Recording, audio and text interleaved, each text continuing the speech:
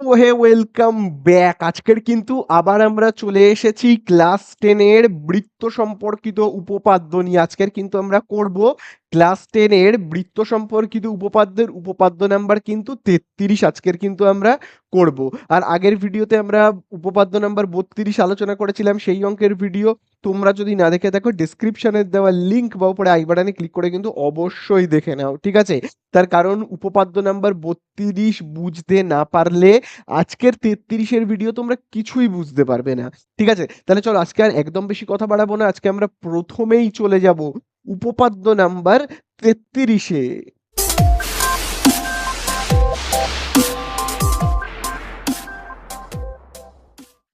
তাহলে দেখো উপপাদ্য নাম্বার 33 যখন আমরা করব তার আগে আমি আগের ভিডিওতে কি আলোচনা করেছিলাম উপপাদ্য নাম্বার 32 সেইটাকে না আরেকবার তোমাদেরকে একটু রিভিশন করিয়ে দিচ্ছি।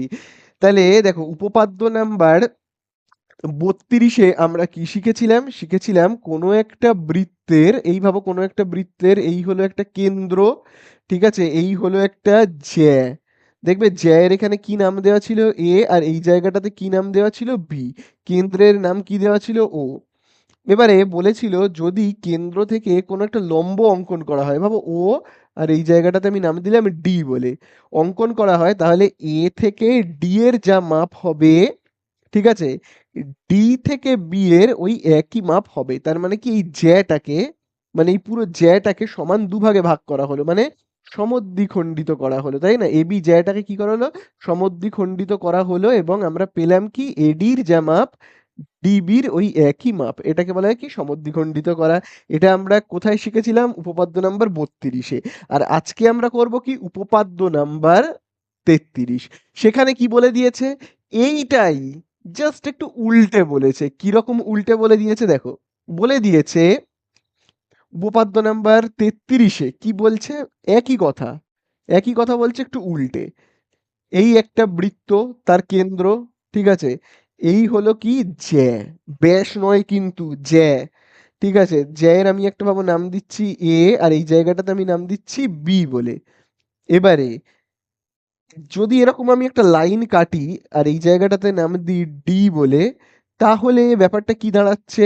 এই এ বি দেখো সমান দুভাগে ভাগ হয়ে গেল, এডি আর ডিবি দুটো সমান ভাগে ভাগ হয়ে গেল। আমি এক্ষুনি এখানে বলেছিলাম এডি আর ডিবি। তাহলে যদি এই রকম হয় এডি আর ডিবি এরকম দুটো সমান ভাগে ভাগ হয়ে যায়, তাহলে আমরা বলতে পারবো এই যে ও থেকে ডি পর্যন্ত এই সরল রেখাটা হলো একটা লম্ব। বোঝা গেল? এই ওটিটা হলো তার মানে কি একটা লম্ব। কার ওপর লম্ব? লম্বকে আমরা এইভাবে চিহ্নিত করি, কার ওপর লম্ব? এই জ্যাটার ওপর লম্ব, ঠিক আছে? এইটাও কিন্তু আমাদের প্রমাণ করতে হবে। এবারে দেখো প্রশ্নের মধ্যে নিশ্চয়ই এটা বলে দেবে না যে উপপাদ্য নাম্বার 33 লেখো, সেটা তো আর নিশ্চয়ই বলে দেবে না, তাই না? তাহলে আমাদের উপপাদ্যের মধ্যে কি বলে দেবে? একটা প্রশ্ন বলে দেবে যে প্রমাণ করো এইটা এইটা এইটা। সেটা দেখে তোমাদের বুঝতে হবে যে কি, কোন উপপাদ্যটা লিখতে হবে, তাই তো? তাহলে দেখো কি লেখা থাকবে প্রশ্নের মধ্যে। দেখো আমরা করছি কত? নাম্বার উপপাদ্য নাম্বার আমরা কত করছি? 33। তো দেখো 33 নাম্বার উপপাদ্যতে কি লেখা থাকবে? লেখা থাকবে প্রমাণ করো, প্রমাণ করো, প্রমাণ করো ব্যাস নয়, ব্যাস নয়, ঠিক আছে, এই যে এবি লাইনটা এটা কি ব্যাস? ব্যাস তো নয়, কি এটা? জ্যা। ব্যাস নয় এরূপ, ব্যাস নয় এরূপ কোনো, তাহলে আমরা কি লিখবো? এরূপ কোনো জ্যাকে, ঠিক আছে, জ্যাকে, তাহলে দেখো ব্যাস নয়, এবিটা কিন্তু ব্যাস নয়, এবি কি একটা জ্যা। তাহলে এই যে এবি জ্যা, এই তো একটা এবি জ্যা, এটা তো আর ব্যাস নয়। সেই ব্যাসকে, সেই জ্যাটাকে যদি কি হয়, একটা সরল রেখা এরকম ওপর থেকে এরকম এর ওপর এসে পড়ে, তাহলে ওপর থেকে যদি এরকম কোনো সরল রেখা এসে পড়ে, তাহলে এটাকে আমরা কি বলবো? এই সরল রেখাটাকে, দেখো এই সরল রেখাটা কোথা থেকে আসছে? বৃত্তের কেন্দ্র থেকে এরকম ভাবে আসছে, ঠিক আছে? তাহলে বৃত্তের কেন্দ্র থেকে যদি কোনো সরল রেখা আসে তাকে আমরা কি বলবো? কেন্দ্র বিন্দুগামী সরলরেখা। ঠিক আছে, তাহলে আমরা কি লিখবো? প্রমাণ করো যে ব্যাস নয় এরূপ কোনো জ্যাকে বৃত্তের, ঠিক আছে, বৃত্তের কেন্দ্রবিন্দুগামী বিন্দু কেন্দ্রবিন্দুগামী, ঠিক আছে, কেন্দ্রবিন্দুগামী কোনো সরল রেখা, ঠিক আছে, কোনো সরল রেখা, ঠিক আছে, তাহলে কেন্দ্রবিন্দুগামী মানে কেন্দ্র থেকে যদি কোনো সরল রেখা এসে এই জ্যায়ের ওপর এসে পড়ে, তার মানে কি? মানে জ্যায়ের ওপর এসে পড়ে মানে কি? যদি জ্যাকে সমদ্বিখণ্ডিত করে, ঠিক আছে, তাহলে প্রমাণ করো যে এরূপ কোনো জ্যাকে বৃত্তের কেন্দ্রবিন্দুগামী কোনো সরল রেখা সমদ্বিখণ্ডিত করে, সমদ্বিখণ্ডিত সমদ্বিখণ্ডিত করে সমদ্বিখণ্ডিত করে, তাহলে কি হবে? তাহলে আমরা কি বলতে পারি? যে ওই সরল রেখাটা মানে এইটা, ওই সরল রেখা ওই সরল রেখা কি বলতে পারি আমরা?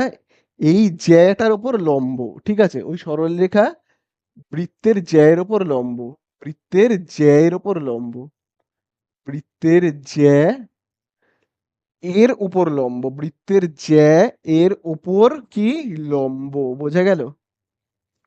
বৃত্তের জ্যায়ের উপর লম্ব। তাহলে এইটা কিন্তু আমাদের প্রমাণ করতে হবে, কেন্দ্র থেকে যদি কোনো সরলরেখা এরকম ভাবে জ্যায়ের ওপর এসে পড়ে, তাহলে এই লাইনটা কিন্তু একটা লম্ব হবে। এইটা প্রশ্ন, এটা প্রশ্নের মধ্যে বলবে। তাহলে প্রশ্ন বলবার পরে আমাদেরকে প্রথম যে পয়েন্ট করতে হয় সেটাকে আমরা কি বলি? প্রদত্ত, তাই না? তাকে আমরা কি বলি? প্রদত্ত। তাহলে প্রদত্তর পয়েন্ট আমরা প্রথমে স্টার্ট করব। তাহলে প্রদত্ত কথার মানে কি? প্রদত্ত কথার মানে হলো যেটা দিয়ে দিয়েছে, যেটা বলে দিয়েছে। দেখি আমাদেরকে কি বলে দিয়েছে, যেটা বলে দিয়েছে সেটাকে আমরা এখানে আঁকবো। এবার ফাইনাল আঁকবো। কি বলে দিয়েছে? ব্যাস নয় এরূপ কোনো জ্যাকে, তাই তো? তাহলে ব্যাস নয় এরূপ কোনো জ্যাকে, তাহলে দেখো আমি প্রথমে একটা বৃত্ত আঁকি, ঠিক আছে, এই হলো বৃত্ত, এই হলো বৃত্তের কেন্দ্র ও ব্যাস নয় এরূপ কোনো জ্যাকে, তাহলে আমি এই একটা জ্যা আঁকলাম, জ্যা এর নাম দিচ্ছি এ আর এখানে নাম দিচ্ছি বি, জ্যাকে বৃত্তের কেন্দ্রবিন্দুগামী, বৃত্তের কেন্দ্রবিন্দুগামী কোনো সরল রেখা। তাহলে বৃত্তের কেন্দ্রবিন্দুগামী সরল রেখা মানে এই দেখো বৃত্তের কেন্দ্র থেকে এই যে এই সরল রেখাটাকে বলে বৃত্তের কেন্দ্রবিন্দুগামী কোনো সরল রেখা, ঠিক আছে, এই জায়গাটা আমি নাম দিলাম ডি বলে। সরল রেখা যদি সমদ্বিখণ্ডিত করে, দেখো এই পুরো এবিটাকে কি করলো, দেখো সমান দুটো ভাগে ভাগ করে দিল না, দেখো এই যে এই একটা ভাগ আর এই একটা ভাগ সমদ্বিখণ্ডিত করে, তাহলে ওই সরল রেখা বৃত্তের জ্যায়ের ওপর লম্ব হবে। তাহলে এই সরল রেখাটা কি হবে? জ্যায়ের ওপর লম্ব হবে। এই আমরা আঁকলাম। তাহলে এবারে প্রদত্ততে আমরা কি লিখব? যেটা এখানে দেওয়া রয়েছে সেটাকে এখানে লিখব। কি লিখব? ও কেন্দ্রীয় বৃত্তের, দেখো আমরা লিখব কি? লিখব ও কেন্দ্রীয় বৃত্তের, ও কেন্দ্রীয় ও কেন্দ্রীয় বৃত্তের, বৃত্তটার কেন্দ্র হলো ও, ও কেন্দ্রীয় বৃত্তের এবি, এবিটা কি? এ থেকে বি হলো একটা জ্যা, ব্যাস নয় কিন্তু, তাই না? তাহলে ও কেন্দ্রীয় বৃত্তের এবি ব্যাস নয়, এবি ব্যাস নয় এরূপ, এরূপ একটি জ্যা, এরূপ একটি জ্যা, এরূপ একটি জ্যা, বোঝা গেল? তাহলে ও কেন্দ্রীয় বৃত্তের কি? এবি ব্যাস নয় একটা জ্যা, ঠিক আছে, এবং এই এখানে কি দেওয়া রয়েছে আর ছবির মধ্যে দেওয়া রয়েছে এডি যা মাপ হবে বিডিরও কিন্তু তাই মাপ হবে। এটা আমরা আগের উপপাদ্যেও জেনেছি। কি জেনেছি আমরা? যে এই যে এডি আর ডিবি হলো সমান। আর এবির মধ্যবিন্দুটা কি? এবির মধ্যবিন্দু হলো দেখো ডি, তাই না? তাহলে আমরা কি লিখবো? এবি জ্যায়ের মধ্যবিন্দু, আমরা এখানে লিখবো কি? এবি জ্যায়ের, এবি জ্যা এর মধ্যবিন্দু, মধ্যবিন্দুটা কি? মধ্যবিন্দুটা হলো কিন্তু খুব ভালো করে দেখবে ডি, ঠিক আছে, এবং আমরা কি জানি? এ থেকে ডি এর যা মাপ, তাই তো, ডি থেকে বি এর ওই একই মাপ, তাই না? বুঝতে পারলে? আশা করি বুঝতে পারলে। চলো প্রদত্তর পরের পয়েন্ট আমরা কি করি? প্রামাণ্য, মানে যেটাকে আমরা বলি প্রমাণ করতে হবে।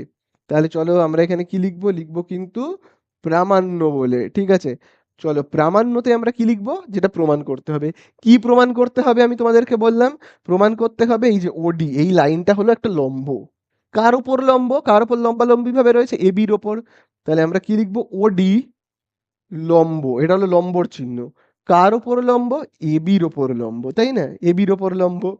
তাহলে আমরা কি লিখবো, ওডি এবি জ্যায়ের ওপর লম্ব, এবি জ্যায়ের ওপর, এবি জ্যায়ের ওপর লম্ব। ঠিক আছে, এইটা কিন্তু আমাদের কি করতে হবে, প্রমাণ করতে হবে। বোঝা গেল? চলো নেক্সট পয়েন্ট আমরা কি করব, অঙ্কন, মানে কি আঁকতে হবে। তাহলে আমরা এখানে দেখো লিখবো কি, অঙ্কন। ঠিক আছে, আচ্ছা দেখি অঙ্কনে কি করা যায়। দেখি তো অঙ্কনে কি করা যায়, অঙ্কনে এঁকে দেবো তাহলেই হয়ে যাবে। কি আঁকবো, খুব ভালো করে দেখো, ও এর সঙ্গে এ কে যুক্ত করে দিই আর ও এর সঙ্গে বি কে যুক্ত করে দিই, একটা ত্রিভুজ পেয়ে গেলাম না।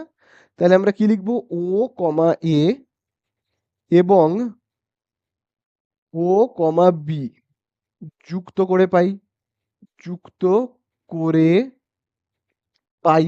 ঠিক আছে, যুক্ত করলাম, তাহলে এই হয়ে গেল। এইবারে আমরা নেক্সট পয়েন্ট কি করব, প্রমাণ। ঠিক আছে, তাহলে চলো আমি এখানে লিখবো কি, পরের পয়েন্ট লিখবো কিন্তু প্রমাণ বলে। ঠিক আছে, প্রমাণ। চলো প্রমাণ করব। আচ্ছা, প্রমাণ করবার জন্য না আমি এই ছবিটাকে একটু বড় করে এঁকে নিচ্ছি, যাতে একটু বুঝতে সুবিধা হয়। ঠিক আছে, তাহলে দেখো, তাহলে দেখো এই হলো বৃত্তটা। ঠিক আছে, এই হলো একটা বৃত্ত, এই হলো বৃত্তের কেন্দ্র যেটাকে আমরা বলছি ও, এই হলো বৃত্তের জ্যাটা। ঠিক আছে, জ্যায়ের নাম হলো এ আর এখানটায় বি, এই হলো লম্ব, এই জায়গাটাতে আমি নাম দিচ্ছি ডি বলে। আর এই হলো দুটো ত্রিভুজ, দেখতে পাচ্ছ এখানে দেখো দুটো ত্রিভুজ রয়েছে, দেখো এই একটা আর এই একটা। নাম কি এই দুটো ত্রিভুজের, এই ত্রিভুজটার নাম কি, এই ত্রিভুজটার নাম হলো এ ডি ও। আর এই ত্রিভুজটার নাম কি, ডি বি ও। তাহলে আমরা এখানে যে দুটো ত্রিভুজ পাচ্ছি সেটাকে লিখি, ত্রিভুজ এ ডি ও এবং আরেকটা ত্রিভুজের নাম কি, ত্রিভুজ ডি বি ও। ঠিক আছে, থেকে পাই। তাহলে এইখান থেকে আমরা কি কি পাচ্ছি দেখি, খুব ভালো করে কিন্তু দেখবে কি কি মিল পাওয়া যাচ্ছে এই দুটো ত্রিভুজ থেকে। প্রথমত দেখো, খুব ভালো করে দেখবে, দেখো এই যে দুটো ত্রিভুজ রয়েছে না, এই দুটো ত্রিভুজের দেখবে এই যে এডি বাহুটার যা মাপ হবে, ডিবি বাহুটার ওই একই মাপ হবে। কি করে বুঝলাম, এটা কিন্তু আমরা আগের দিনের উপপাদ্য মানে উপপাদ্য নাম্বার 32-এ কিন্তু জেনেছিলাম। কি জেনেছিলাম আমরা, যে এই বাহুটার যা মাপ হয়, এই বাহুটার ওই একই মাপ হয়, এটা কিন্তু আমরা জেনেছিলাম, তাই তো। তাহলে আমরা এখানে কি লিখতে পারি, এডি সমান সমান কি, ডিবি, তাই না, এটা কিন্তু আমরা আগের দিন জেনেছিলাম আগের উপপাদ্য থেকে। তাছাড়া এই দুটো ত্রিভুজের মধ্যে আর কি কি মিল আছে দেখো, এ ও ও বি, দেখো এই ত্রিভুজের অতিভুজ যা হয় এই ত্রিভুজের অতিভুজ তাই হয়।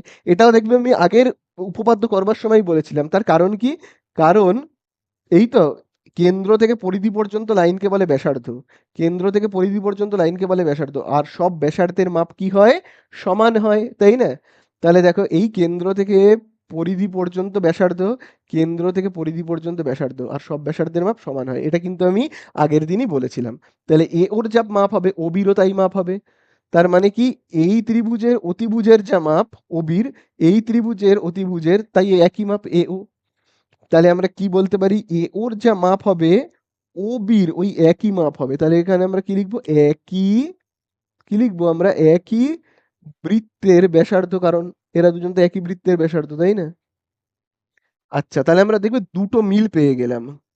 কি কি দুটো মিল পেলাম, দুটো ত্রিভুজেরই ভূমি সমান, এর ভূমি হলো এডি, এই ত্রিভুজের ভূমি হলো ডিবি, এটা সমান। কি করে জানলাম সমান, আগের উপপাদ্যে প্রমাণ করেছি, তাই না। আচ্ছা, তারপরে এই যে দুজনেরই অতিভুজটা সমান, আর দেখো দুজনেরই দেখো লম্ব ওডি, দেখো এই ত্রিভুজের লম্ব কি ওডি, আবার এই ত্রিভুজেরও লম্ব ওডি, দুজনেরই লম্ব হলো ওডি, একই মাপ তার মানে। তাহলে ওডি আমরা কি বলতে পারি, সাধারণ বাহু, তাই না, ওডি হলো কি, সাধারণ বাহু। বোঝা গেল, আশা করি বুঝতে পারলে। তাহলে খুব ভালো করে দেখবে, একটা ত্রিভুজ, এই দুটো ত্রিভুজের মধ্যে আমরা তিনটে মিল পেয়েছি। তাহলে দুটো ত্রিভুজের মধ্যে, এই দুটো ত্রিভুজের মধ্যে যদি আমরা তিনটে মিল পেয়ে যাই, কি কি মিল পেয়েছি খুব ভালো করে কিন্তু দেখবে। ওদের দুজনের ভূমি সমান পেয়েছি, অতিভুজ সমান পেয়েছি, আর লম্বটাও সমান পেয়েছি। তিনটে বাহুই মিলে গেছে। এইটার ভূমি এইটার ভূমি সমান, এইটার অতিভুজ এইটার অতিভুজ সমান, এইটার লম্ব মানে এইটার লম্ব আর এটার লম্ব দুটোই ওই একই। তাহলে এই দুটো ত্রিভুজের মধ্যে আমরা যদি তিনটে মিল পেয়ে যাই, তাহলে আমরা এই ত্রিভুজটার এই ত্রিভুজটাকে কি বলবো? এই দুটো ত্রিভুজকে আমরা বলবো কি? সর্বসম। সর্বসম মানে কি? যাদের সব সমান, সব সমান হবে। সব সমান হবে মানে কি? আচ্ছা, মানে কি সেটা আমি পরে বলছি, আগে আমি লিখে নিই একটু। দেখো, দুটো ত্রিভুজেরই সব সমান। এই ত্রিভুজটার নাম কি? এ ডি ও। তাহলে আমি এরকম ভাবে লিখতে পারি, এ ডি ও সর্বসমকে আমরা এইভাবে চিহ্নিত করি, সমান চিহ্ন দিয়ে ঢেউ দেব উপরে, সমুদ্রের ঢেউটা উপরে দেব, ঠিক আছে? আচ্ছা, এই ত্রিভুজের নাম কি? ও ডি বি, ঠিক আছে? এই দুটো ত্রিভুজ হলো সর্বসম মানে সব সমান, ঠিক আছে? আচ্ছা, কি কি অনুসারে সব সমান? কারণ এদের এই সাইড আর এই সাইড মিলেছে, দুজনেরই এই সাইড আর এই সাইড মিলেছে, এই সাইড আর এই সাইড মিলেছে, সব বাহুগুলো মিলেছে, তার মানে তিনটে সাইড সাইড সাইড মিলেছে। এস এস এস লিখবো আমরা, ঠিক আছে? আচ্ছা, এবারে বলি সর্বসম মানে কি? সর্বসম মানে হলো সব সমান। মানে কিরকম সব সমান? তার মানে হলো এই তো দুটো ত্রিভুজ, এই তো, মানে এই ত্রিভুজটার খুব ভালো করে দেখবে, এই কোণটাও যা হবে এই কোণটাও তাই হবে। দুটো ত্রিভুজেরই মাথার যে কোণ, এই কোণটা যা হবে এই কোণটা তাই হবে। বোঝা গেল? এই কোণটা যা হবে, এই ত্রিভুজের এই কোণটা যা হবে, এই ত্রিভুজের এই কোণটা ওই একই হবে। বোঝা গেল? এই রকমকে বলে। তাহলে আমি কি বললাম? এই কোণটার মাপ যা হবে এই কোণটার মাপ তাই হবে। ঠিক আছে? তাহলে আমি লিখবো, খুব ভালো করে দেখবে, যেহেতু সব সমান, এটা সর্বসম, তাহলে আমরা কি বলতে পারি? এই যে এই কোণটা আর এই কোণটা সমান, এই কোণটার নাম কি? এ ডি ও। তাহলে আমরা বলতে পারি কোণ এ ডি ও সমান সমান, আচ্ছা এই কোণটার নাম কি? এই যে এই ত্রিভুজের এই কোণটার নাম হলো বি ডি ও। তাহলে আমরা কি লিখতে পারি? বি ডি ও। তাহলে আমরা এখান থেকে কি বুঝলাম? যে এই কোণটা, এই কোণটা আর এই কোণটা সমান। ঠিক আছে? এই যে এই কোণটা আর এই কোণটা সমান। এবার সমান মানে কি হতে পারে? এটা 50, এটা 50 ও হতে পারে। আবার দুটো 60 ও হতে পারে, দুটো 70 ও হতে পারে। কিন্তু সমান তো বুঝলাম, কিন্তু কত? সেটা তো আমাদের জানতে হবে। তো খুব ভালো করে দেখবে, কত জানতে গেলে আমাদের যেটা বুঝতে হবে সেটা হলো, দেখো আমি না এখানটা একটু মুছে বলছি। ভাবো এই একটা লাইন রয়েছে। তাহলে এরকম একটা লাইন রয়েছে। এবারে দেখো এই লাইনের উপর যদি একদম সোজা মানে কি দণ্ডায়মান, দণ্ডায়মান যদি কোনো লাইন থাকে, তখন আমরা বলতে পারি কি? এই দিকে আর এই দিকে 90 ডিগ্রি কোণ উৎপন্ন করেছে, যদি এরকম দণ্ডায়মান লাইন থাকে। আর যদি দণ্ডায়মান লাইন না থাকে, মানে ভাবো এইরকম লাইন রয়েছে, তাহলে এই দিকে আর এই দিকে কিন্তু 90 ডিগ্রি হবে না। এই সাইডে অন্য কিছু একটা হবে, এই দিকে একটা অন্য কিছু হবে। কিন্তু লাইন যদি সোজা থাকে মানে দণ্ডায়মান হয়, দণ্ডায়মান হয় এইরকম যদি লাইন, তার উপর যদি কোনো সোজা লাইন থাকে, তাহলে এই দিকে আর এই দিকে কিন্তু 90 ডিগ্রি হবে। তার কারণ এই লাইনটা দণ্ডায়মান মানে সোজা, যদি লম্বালম্বি ভাবে থাকে। বোঝা গেল? এবারে তোমরা উপপাদ্যের ছবিটাকে ভালো করে দেখো, উপপাদ্যের ছবিটাকে দেখো।